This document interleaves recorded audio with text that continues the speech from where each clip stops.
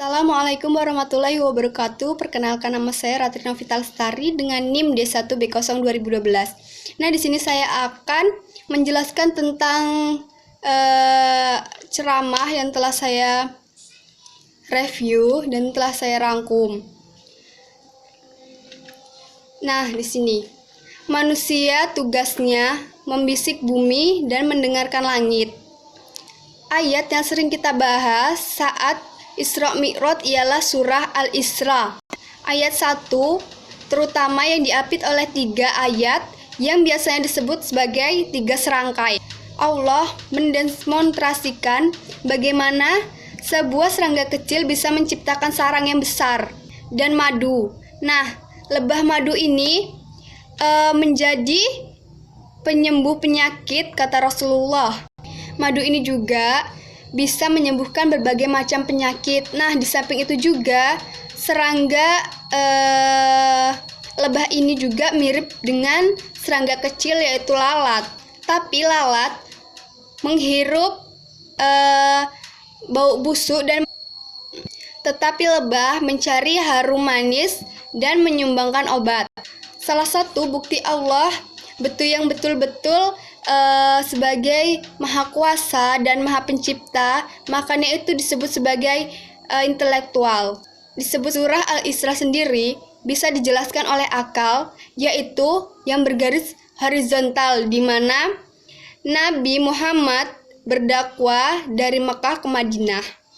Isra sendiri bisa dijelaskan oleh akal, yaitu yang bergaris horizontal, di mana Nabi Muhammad berdakwah dari Mekah ke Madinah. Isra artinya yang tidak bisa dijangkau oleh akal. Bagaimana bisa masuk akal? Ada orang yang tidur hingga 309 tahun. Nabi Musa disuruh belajar dengan orang yang tidak populer pada saat itu, tetapi ternyata menjadi guru yang paling cerdas. Nah, nabi yang paling cerdas dalam Al-Quran ialah Nabi Musa. Tapi alangkah kagetnya, gurunya adalah orang yang tidak populer sama sekali. Nah, dari situlah bisa kita ambil hikmahnya. Ini pelajaran buat kita semua. Jangan memandang enteng orang yang tidak populer. Bisa jadi orang yang tidak populer di bumi, selebriti di langit. Banyak selebriti di bumi tetapi tidak kenal.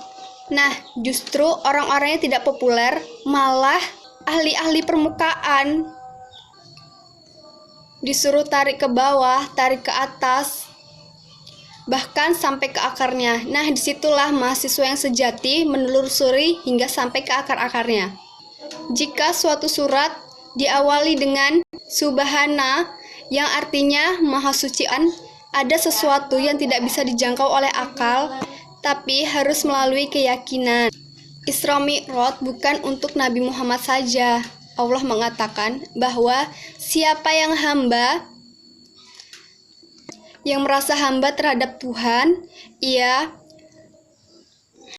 berpotensi untuk Isra Mi'raj. Sesungguhnya Allah Maha mendengar, Maha mengetahui.